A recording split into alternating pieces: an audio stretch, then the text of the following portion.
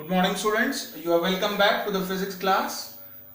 We will continue today. In fact, we will finish off with the current electricity portion. So this last lecture on current electricity is going to be on electrical energy and power.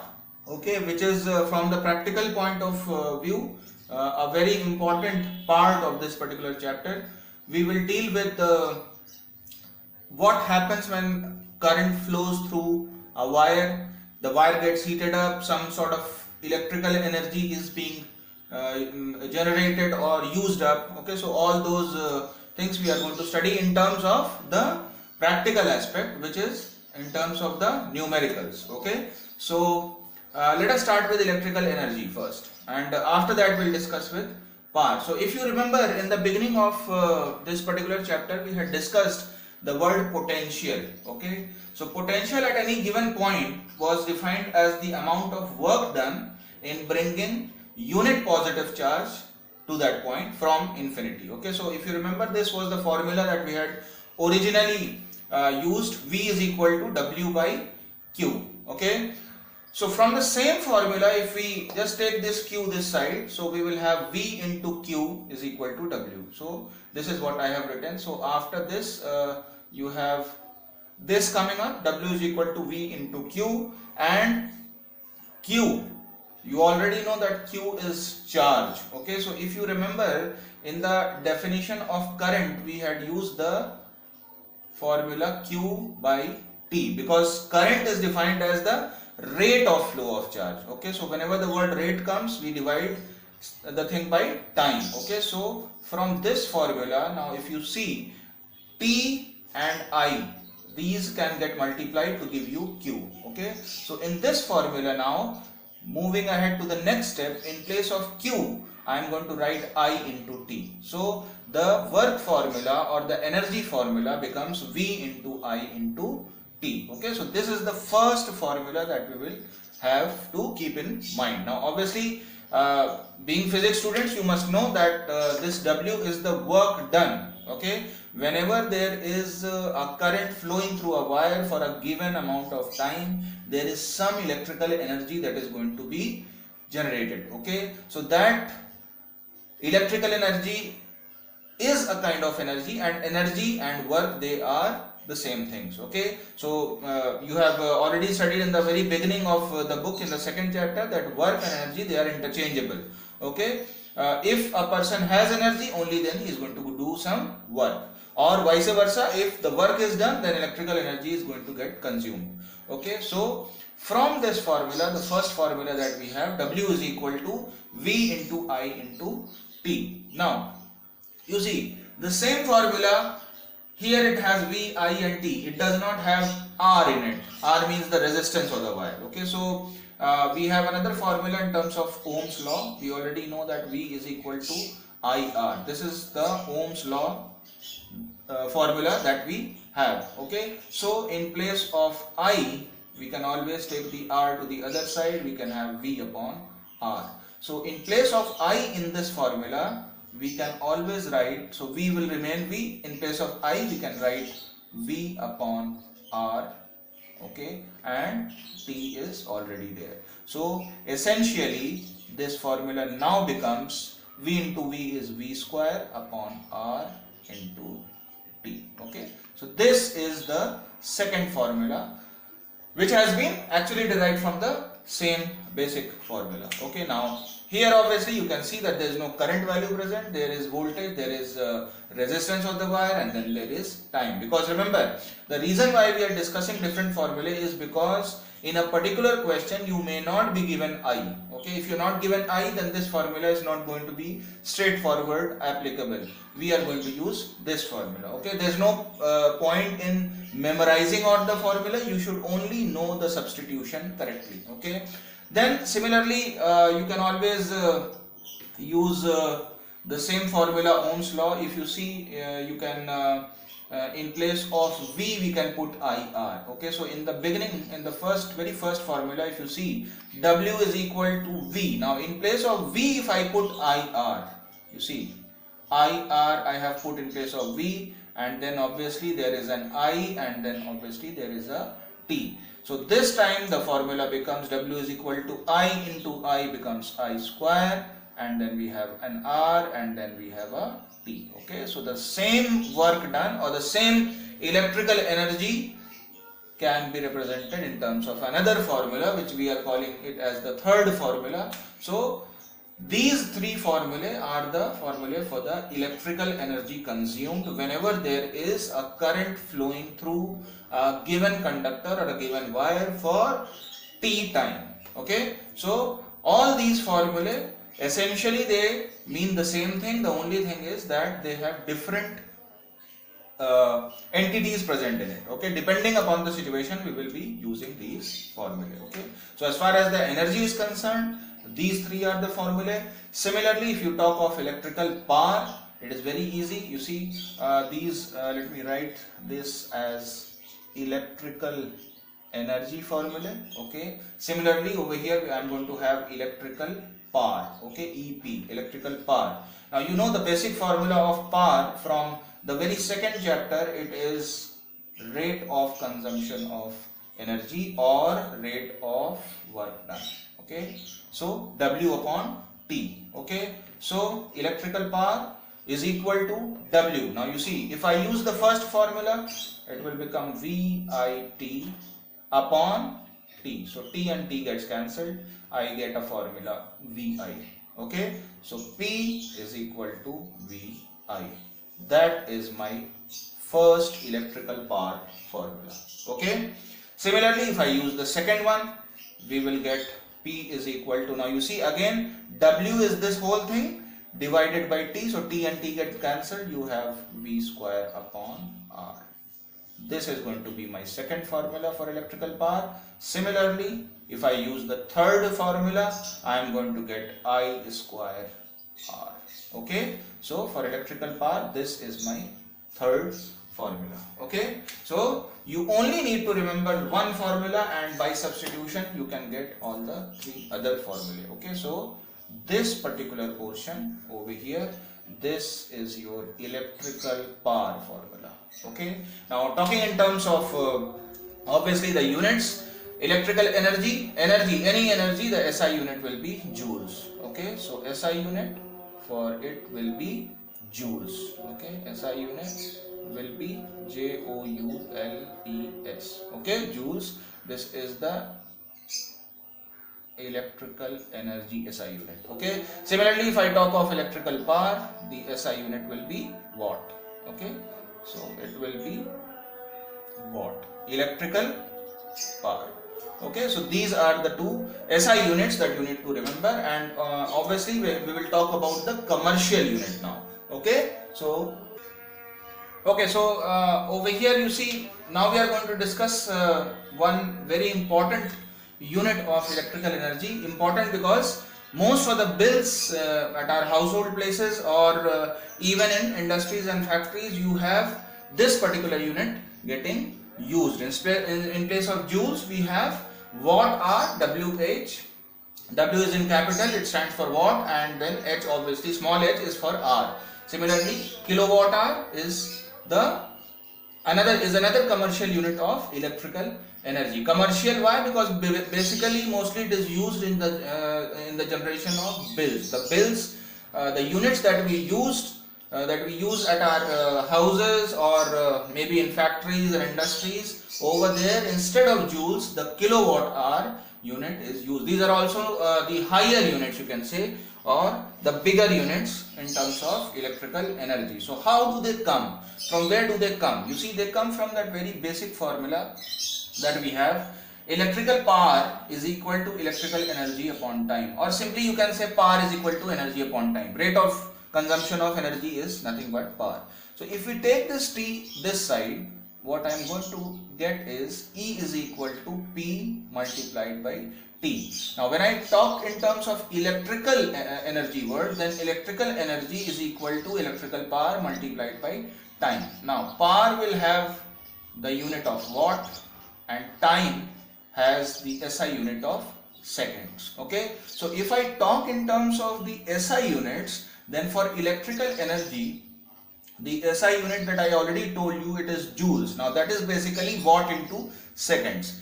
But if the time is not in seconds, in place of second it is much higher duration of time, suppose in hours, then in that case you see the same formula. If I use this E, we will have power will be expressed in watt, but the time, if it is in hours, okay, so then in that case I'll simply write H for it. Okay, so in that case you have watt hour. Okay, this is the first unit that I'm talking about here, watt hour. Okay, similarly you have, so this is the higher unit, you can say, okay, or the bigger unit. Okay, higher or the bigger unit. Similarly, I have another one listed over here. If power is expressed in terms of kilowatt and time in hour, then you have kWh, so which is kilowatt hour. Okay, this is also one of the higher or the bigger units. Okay, so these two are known as the commercial units. Okay, so commercial, okay, because they are used in the industry also. Commercial unit of what? Commercial unit of electrical energy. Okay, so E stands here for electrical energy. Now let us quickly see the conversion. Okay, so if I see the conversion basically is when you try to express, let's say for example 1 watt hour, if you want to have the value in joules, okay, because joules is the SI unit. Remember, joules, this is also known as joules. Okay, so joules is the SI unit of electrical energy, whereas watt hour is a bigger unit. Okay, so what is the relationship? You see, watt is already in SI, so watt remains watt, multiplied by hour can be written as 60 into 60 seconds.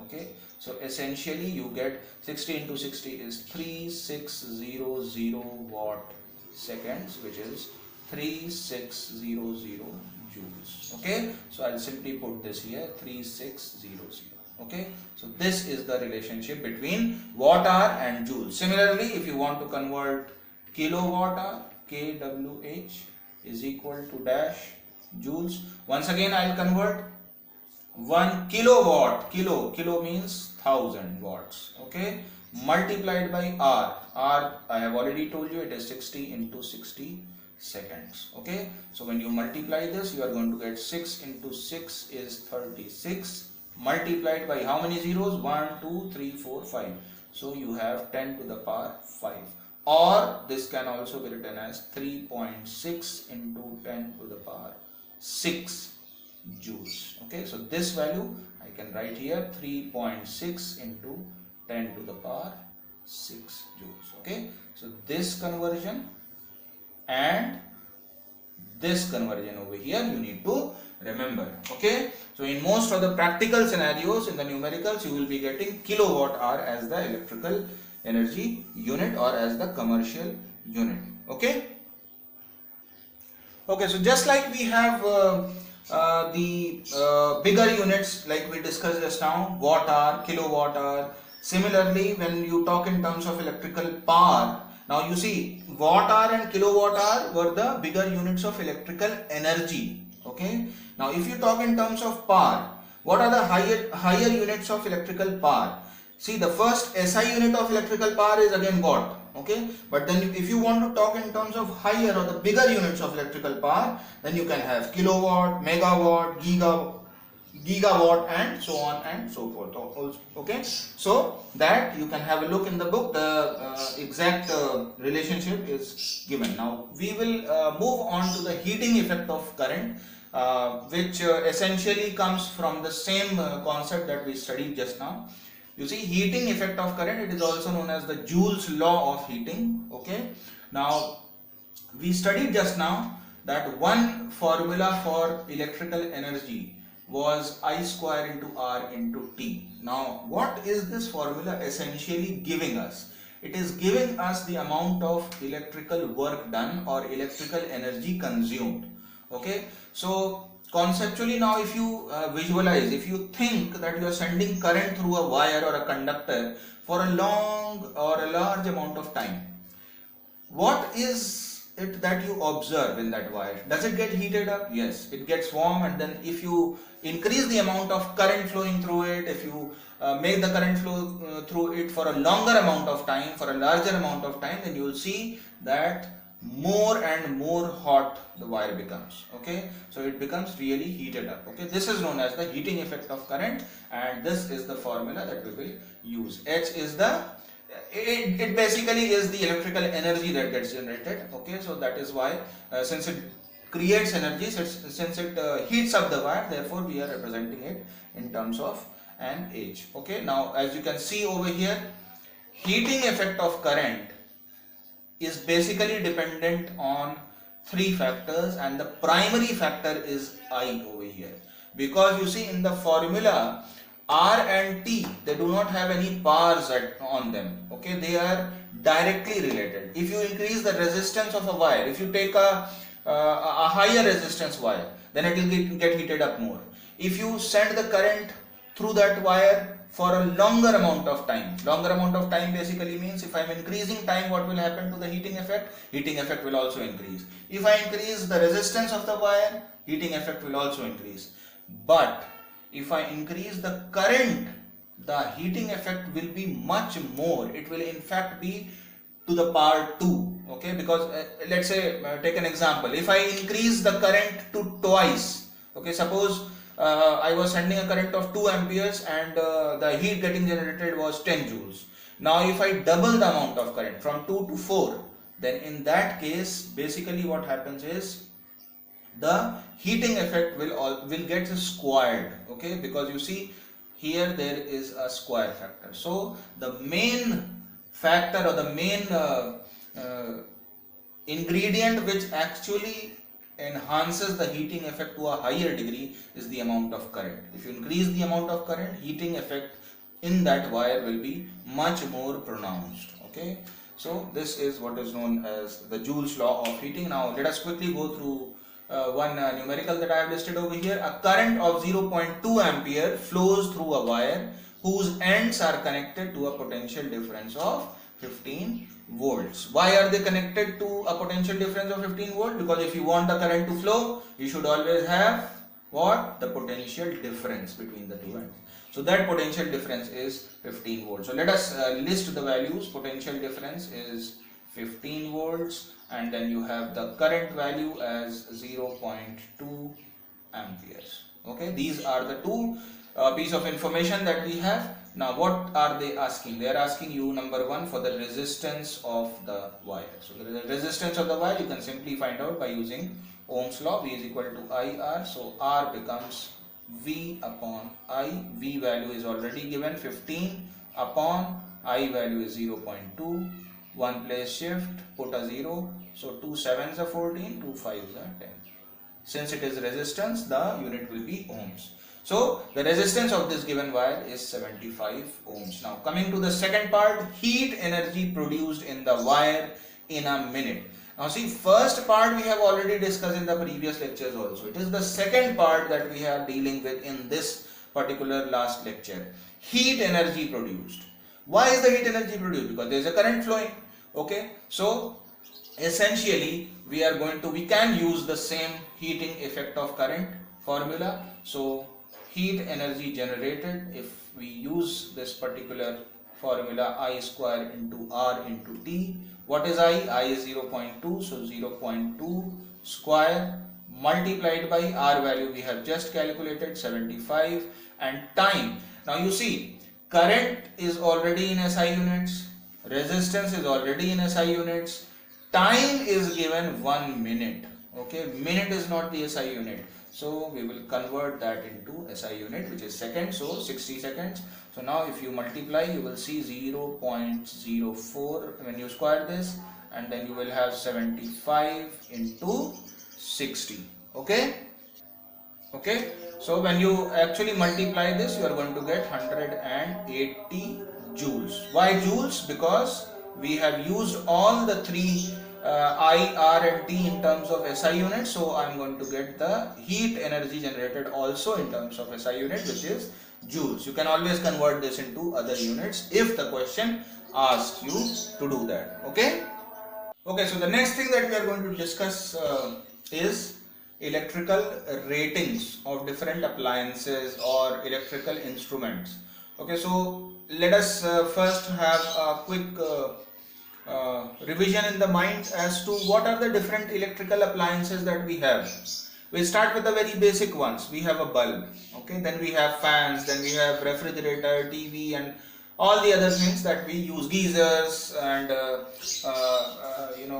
other heating appliances, heater also. Okay, so what are electrical ratings? You see, whenever you go to buy a particular instrument or an appliance from the market, you will always have at the back, although we generally don't have a look at it, but at the back you always have a small slip or a metallic piece which actually describes the electrical rating of that appliance. For example, if you go to buy a simple bulb over here, and on the cover if you see 100W and 230V written on it, so essentially as physics students we must be able to interpret what this means. W obviously is watt and V is volts. Okay, so this particular rating about this bulb suggests that if we use a 230 volt supply to light this bulb up, then it will use 100 watt of power,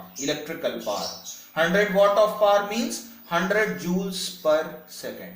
Okay, so in 1 second it will consume 100 joules of energy if the supply voltage is maintained at 230 volts. Obviously not always do you have the electrical voltage supply as 230, sometimes it drops also, low voltage is coming and so on and so forth. But then in optimum or efficient condition, if 230 volts is supplied, then this bulb will use 100 watts. Similarly, for larger appliances, more powerful electrical appliances, this wattage, this power, electrical power can go up. Like for example, in the next question that we'll be doing just now, we will discuss about an electrical geyser for which the electrical power is around in the range of 1500 to 1600 watt. Okay, so let us first limit our study to a bulb. So we'll take a basic example. First, an electrical bulb is rated 100 watt, 220 volts. Okay, so the rating of the bulb is already given, and there are two questions that are asked: what is its resistance, and also find the safe value of current that it can allow to pass through its filament. Okay, so you see, this is actually only two pieces of information. One is watt and the other one is supply voltage. But this can actually give you a lot more information. How? You see, let us first list down what is given. Power is given as 100 watt and the voltage is given as 220 volts. Okay. So now you see P and V values are given. If you remember electrical power, there were three formulae that we discussed just now. Power was V into I, then another power formula was V square upon R, then another third formula was I square R. Okay, so these three formulae we have. Now you see, if P and V value is already given, now have a look at this second formula. Okay, P value and V value is given, that means you can get R value from this. Okay, so that is in fact your first part. So we will solve for the first part. R can be found out, so I am taking R this side, P will go this side, so you will have V square upon P. V value is 220, so square means 220 into 220 divided by power, which is 100 watt.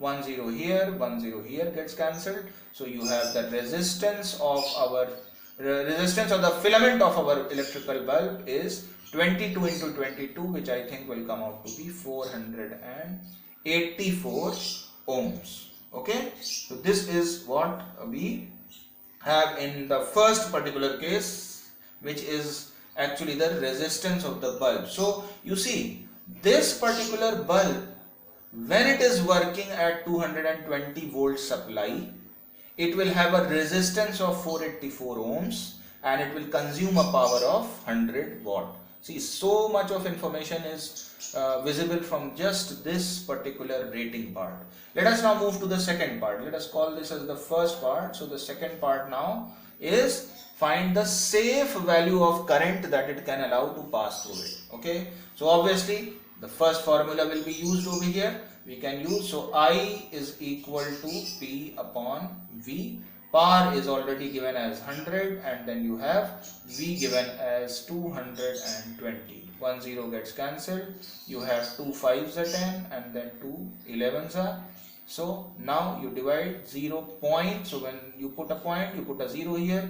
11 4s are 44, and then you have 6, so it becomes 60. 11 5s are 55, roughly 0.45 amperes. Okay, so this is the safe current value that this bulb can allow. Okay, now obviously there can be, now what is exactly the meaning of safe value of current? Safe value of current means that this bulb will glow without any problems of getting burnt up or getting burnt down if the current is limited to 0.45 amperes, because this current value is coming from the electrical rating of the bulb, which has been prescribed by the company that built the bulb. Okay, there are always sometimes cases in which instead of 220 volts suddenly 440 volts or some very high voltage comes. Now when you know from Ohm's law that V is directly proportional to I, so suppose V becomes very high suddenly, so what will happen is this I current, I which is the current flowing through the bulb filament, will also increase drastically and it will go beyond this safe value, thereby burning the filament of the bulb. Okay, so that is why we are calling this value as the safe limit or the safe value of current. Okay. Okay, so here is that other question which I spoke about a geyser. A geyser is rated 1500 watt, 250 volts. Now you see one major difference here you can see is obviously the wattage is much more, because geyser requires much more energy. It utilizes much more electrical energy because it does much more work than a general simple bulb does. Okay. So this geyser is connected to a 250 volt mains. Mains means main supply, AC supply. Okay. So according to the rating of the geyser, it is being provided 250 volts supply. Okay. So how much power should it use? It should use 1500 watt of power. But there are other things that they have asked. They have asked, number one, current drawn. So current drawn, we have the formula P is equal to VI. Therefore I becomes P upon V. Once again, power is 1500 divided by voltage is 250. 0 gets cancelled. 5 3s are, 5 0s are, 5 5s are, 5 6s are. Okay, so 6 ampere current is being drawn by this particular geyser. You see, now you compare the current drawn by a geyser and the current drawn in the previous question by the bulb. The bulb drew only 0.45 ampere of current, which is less than 1 ampere. But because this is a much larger, much bigger electrical appliance, therefore it is drawing much more current, which is 6 amperes. Second point. Second is energy consumed in 50 hours. Okay. Now, since this is a bigger electrical appliance, we will calculate this energy consumed in kilowatt hours. Okay. So electrical energy consumed, you have a number of formula. You have I square RT. Then you can also use the formula V into I into T. Then you can also use the formula V square upon R into T. Whichever one is suitable, we will be able to use that. Okay, so let us look at this second formula. Electrical energy consumed, V is 250 volts multiplied by current, we have just calculated 6, time. Now you see, time is 50 hours. Okay, so this particular thing will give us the unit in watt, and this is in hour. So when we actually use this calculation, the answer that we will get will be in watt hour. Okay, so let us see. 250 multiplied by, now this if you multiply, this is 6 5s are 30 and then 0. So you have H is equal to 25 3s are 75, 1, 2, 3 zeros. Okay, watt hour. Why watt hour? Why not joules? Because you see, we used this formula. Okay, did we use all three SI units? No. Voltage was in SI unit, current was in ampere, so it was in SI unit, but time was not in second. We used it in hours. Therefore, if we can't use joules, we will have to use watt hour. Okay. Now the same thing, if you want to convert into kilowatt hour, you divide by 1000. Okay. So this will become, if you divide 75000, now this is watt hour. So when you multiply it by 1000, you will get the answer in kilowatt hour. So 75, 3 zeros get cancelled. So you have 75 kilowatt hour. Okay, that is the answer for the second part. Clear? Now let us move quickly to the third and the last part of this question. Cost of energy used at the rate of 4.20 per unit. Per unit basically here means per kilowatt hour. Okay, so if you are given by the electricity department, if this is the rate at which they are charging you, obviously if you use electrical energy, you are going to pay for it. Okay, how are you going to pay for it? Like for example, when you go to a vegetable market, you always ask for the price of a certain commodity and then you tell him how many kilos you want. Okay, so similarly, if the rate is for 1 kilowatt hour, the rate is 4.2. So we will write for 1 kilowatt hour, the rate is 4.20. Therefore, how many units did you use? You used 75 kilowatts. So therefore, for 75 kilowatt hour, you will have 4.20 multiplied by 75. So when you multiply this, you are going to get rupees 315. Okay, this is the cost of energy that you are using when you are utilizing this geyser in your house. For how much time? For 50 hours. Okay, at what rate? At this rate. Now this rate obviously is a very old rate. Right now if you actually have a look at your bills, it is somewhere around 8 to 10 rupees per unit. Okay, or maybe 6-7 rupees depending upon who the supplier is. Okay, so this is what I basically wanted to tell you about this last particular chapter, last particular topic of the chapter. Okay, there are many other numericals that are given in your book. You can go through them. If there is a problem, you can always ask, but please go through this particular lecture in detail so that you understand. These are some of the numericals that do come in your exam. Okay, now we are left with the last chapter, which is household circuits. Okay, so this household circuit we are going to deal with next. Okay, it is going to take 3 lectures at the most. Okay, so we'll finish that out. That is mostly theory. With regards to numerical portion, this was the chapter which was more important. Okay, so we'll see you in the next topic. Thank you.